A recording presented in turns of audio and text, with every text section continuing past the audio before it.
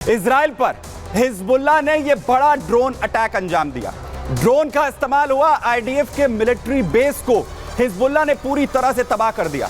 Haifa के Golani military camp पर जो अटैक है वो किया जाता है। हमले में इजराइल के कई सैनिकों की मौत हो गई है। हिजबुल्लाह के हमले में 70 से ज्यादा जवान घायल हुए हैं। वहीं इजरायली सैनिकों को भागने तक का मौका नहीं मिला। यह हिजबुल्लाह के अब तक के सबसे घातक हमलों में से एक है। वहीं सेंट्रल इजराइल के बेंजमियाना शहर जहां पर यह हमला किया जाता है, मध्य इजराइल में मिलिट्री बेस को निशाना बनाया जाता है। वहीं इजरायली ड्रोन से इजराइल पर, ईरानी ड्रोन से दरअसल इजराइल पर यह हमला अंजाम यहां पर दिया गया है।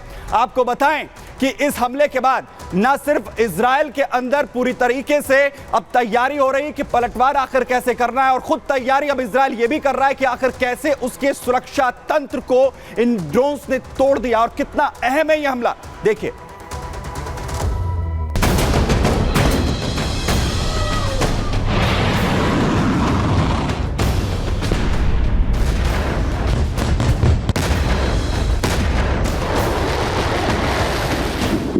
इजराइल और लेबनानी आतंकी संगठन हिजबुल्लाह के बीच खूनी जंग रुक नहीं रही है। इजरायली प्रधानमंत्री नेतन्याहू की फौज हिजबुल्लाह पर काल बनकर बरस रही है। बावजूद इसके ईरान समर्थित लेबनानी आतंकी संगठन हिजबुल्लाह पीछे नहीं हट रहा। इजराइल के ताबड़तोड़ अटैक के बाद भी हिजबुल्लाह बेदम नहीं दिख रहा है। हिजबुल्लाह ने एक बार फिर नेतन्याहू की टेंशन बढ़ा दी है। हिजबुल्लाह ने इजराइल पर फिर घातक ड्रोन हमला कर सब धुआं धुआं कर दिया है। हिजबुल्लाह ने सेंट्रल इजराइल के गोलानी आर्मी बेस को निशाना बनाकर खतरनाक ड्रोन से हमला किया है। जो नसरुल्लाह के इंतकाल के बाद हिजबुल्लाह में काफ़ी कन्फ्यूजन की स्थिति थी, तो इस सब की जो इमदाद है वो ईरान ने दी है और ये काफ़ी बड़ा हमला है। और इज़राइल के जो गोलानी कैंटोनमेंट है उस पर अटैक किया है। हाइफा वैसे भी स्ट्रेटेजिकली बड़ा इम्पोर्टेंट है और इज़राइल यकीनन इसका माकूल जवाब देगा, लेकिन हिजबुल्लाह को अपनी एग्जिस्टेंस के लिए ये अटैक लाजमी था और ईरान से इस पे काफ़ी मदद आई है। इजरायली मीडिया के मुताबिक हिजबुल्लाह की तरफ से दागे गए दोनों ड्रोन मिरसाद थे, जिन्हें ईरान में अवाविल टी के नाम से जाना जाता है, जो समंदर के रास्ते से इजरायली इलाके में घुसे थे। हैरानी की बात यह है कि रडार पर एक मिरसाद ड्रोन को ट्रैक कर हाइफा के उत्तर में मार गिराया गया, लेकिन दूसरे ड्रोन मिरसाद का पीछा करते वक्त रडार से अचानक गायब हो गया। हिजबुल्लाह ने इजरायली मिलिट्री बेस में मौजूद डाइनिंग हॉल को निशाना बनाया था। इसके अलावा जिस वक्त हमले को अंजाम दिया गया उस वक्त कोई भी सायरन नहीं बजा था, जिस वजह से लोगों को भागने का मौका नहीं मिला। सवाल यह है कि क्या इजराइल का उन्नत एयर डिफेंस सिस्टम आयरन डोम नाकाम हो गया? हिजबुल्लाह के हमले को क्या आयरन डोम भाप नहीं पाया?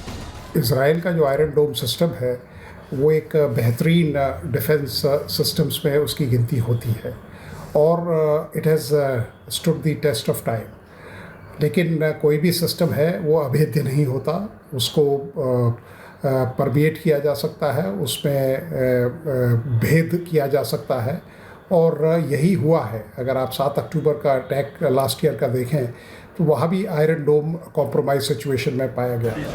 इजराइल लगातार लेबनान में आतंकी संगठन हिजबुल्लाह के ठिकानों को ढूंढ ढूंढ कर मिटाने की कोशिश कर रहा है। इस दौरान इजरायली फौज ने एयर स्ट्राइक और जमीनी हमला कर हिजबुल्लाह के कई कमांडर समेत हिजबुल्लाह चीफ हसन नसरल्लाह को भी मार गिराया था। इस वजह से ईरान समर्थित आतंकी संगठन हिजबुल्लाह बौखलाया हुआ है और अब हिजबुल्लाह ने इजराइल पर मिरसाद ड्रोन छोड़कर अपनी बर्बादी के बारूद को दावत दे दी है। Bureau report, Republic Bharat. लेकिन सबसे बड़ा सवाल यह कि क्या इजरायली डिफेंस सिस्टम की जो काट है वो हिजबुल्लाह ने ढूंढ ली, जिसके बाद इस बड़े हमले को अंजाम दिया? ड्रोन आखिर कैसे इजरायली बॉर्डर के अंदर घुस गए जिन्हें भांप नहीं पाया? आईडीएफ के प्रवक्ता डेनियल हगारी ने क्या बताया इस हमले को लेकर, वो सुनवा रहा हूं आपको। אני נמצא פה בבסיס צבאי במרכז הארץ, סמוך לבנימינה. कल रात हिजबुल्लाह ने बिन्यामीना शहर पर ड्रोन से हमला किया है। हिजबुल्लाह ने यह हमला इजरायली सैन्य ठिकानों पर किया है। हमले में सभी घायलों को हॉस्पिटल ले जाया गया है। घायलों के परिवारों को संदेश पहुंचा दिया गया है। घटना में आईडीएफ के 4 जवान शहीद हो गए। 7 इजरायली सैनिक गंभीर रूप से घायल हो गए। ड्रोन हमले के बाद घटना की जांच की जा रही है। आईडीएफ शोक संतप्त परिवारों के दुख में शामिल है। लेकिन सबसे बड़ी बात यह है कि क्या अब यह युद्ध और खतरनाक होने वाला है, क्योंकि जिस तरीके से इस खतरनाक ड्रोन हमले को अंजाम यहां पर दिया गया है। बताता हूं आपको, दरअसल इजरायली मिलिट्री बेस पर 13 अक्टूबर की रात को लेबनानी आतंकी संगठन हिजबुल्लाह के ड्रोन हमले ने यह दिखा दिया है कि इजराइल एक खतरनाक दुश्मन से इस वक्त लड़ रहा है। इसके साथ ही यह मिडिल ईस्ट के इस युद्ध में ड्रोन के बढ़ते खतरे को भी दिखाता है। वहीं हिजबुल्लाह के ड्रोन हमले को इजरायली हवाई रक्षा तंत्र इसे रोकने में नाकाम रहा।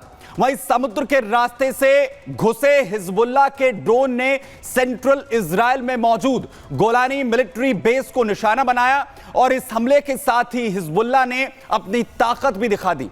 बताया यह जा रहा है कि इजराइल पर इस हमले के लिए हिजबुल्लाह ने मिरसाद 1 ड्रोन का इस्तेमाल किया है।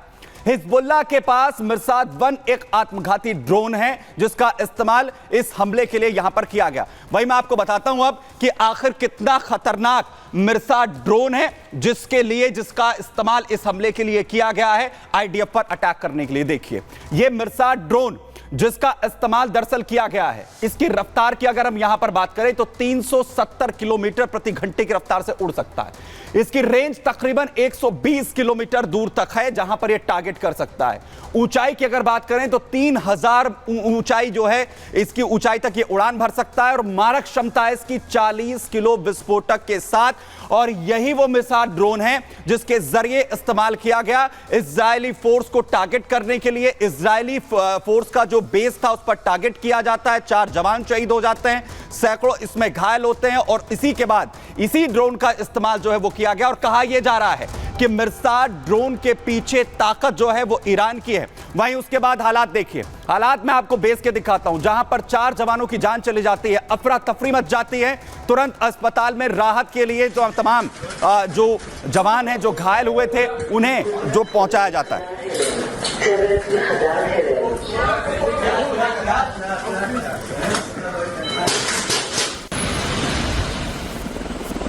कोशिशें यहां पर शुरू हो जाती हैं, आखिर कैसे तो घायल सैनिक हैं उन्हें बचाया जाए। एयरलिफ्ट यहां से किया जाता है। एयरलिफ्ट इजरायली फोर्स इन सैनिकों को करती हुई नजर आती है, क्योंकि किसी को भी यह उम्मीद यहां पर नहीं थी कि इस तरीके का एक बड़ा अटैक अंजाम दिया जाएगा। और इजरायली फोर्सेस ने जहां अपनी सिक्योरिटी को लेकर भी अब कदम उठाने और भी सख्त करने यहां पर शुरू कर दिए हैं, क्योंकि अब ड्रोन युद्ध में अब ये पूरा जो युद्ध है वो बदलता हुआ नजर